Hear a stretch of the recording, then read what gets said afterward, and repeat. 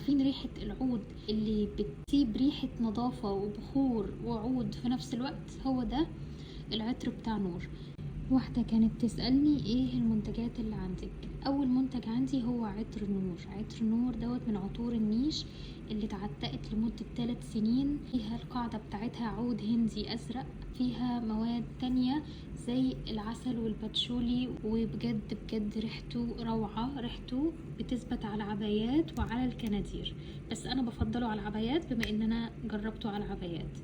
نور الرشاشة بتاعته زي ما انتوا شايفين كده، ريحته فواحة ثابتة لمدة 2 ل3 ايام.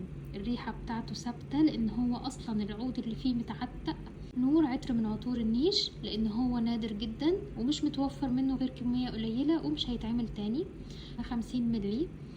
لكن بجد يستاهل يستاهل يستاهل. العطر مفيهوش ولا غلطة، ريحته تجنن، العبوة بتاعته شكلها حلو، فخم، جريء، غامض، فواح، جذاب، خليجي 100%. انه قاعدته من العود الهندي. اهم حاجة انه اللي بيشتريه يكون عارف انه ريحته عاملة زي ريحة البخور، في ريحة عسل، في ريحة باتشولي، في ريحة عود هندي ازرق. الريحة دي ما اتعملتش قبل كده ولا هتشمها في حياتك بعد كده، لان الخلطة بتاعتها محدش يعرفها ابدا في السوق. العطر دوت اتصمم خصيصا ان يكون 50 ملي، ما تملش منه، ما تملش من تصميمه. حاجة فخمة، اللون الاسود مع الكتابة الذهبي مدية فخامة رهيبة. ينفع للهدايا لان العلبة بتاعته زي ما انتم شايفين بسيطة وجميلة. عارفين السهل الممتنع؟ شكل السكوير بتاعها مدي راحة في الايد، في المسكة، في الرشة.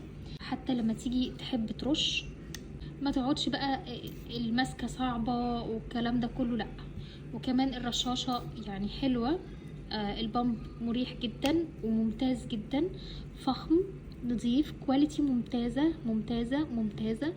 اول ما بتحطه مش بتشم ريحة لاذعة، ريحة الكحول الرهيبة اللي انت بتشمها اول ما بتيجي تعمل عطر من العطور.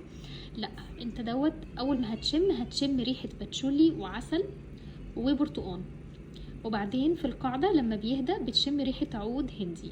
لازم تجربوه، واللي مجربوش خسران كتير جدا.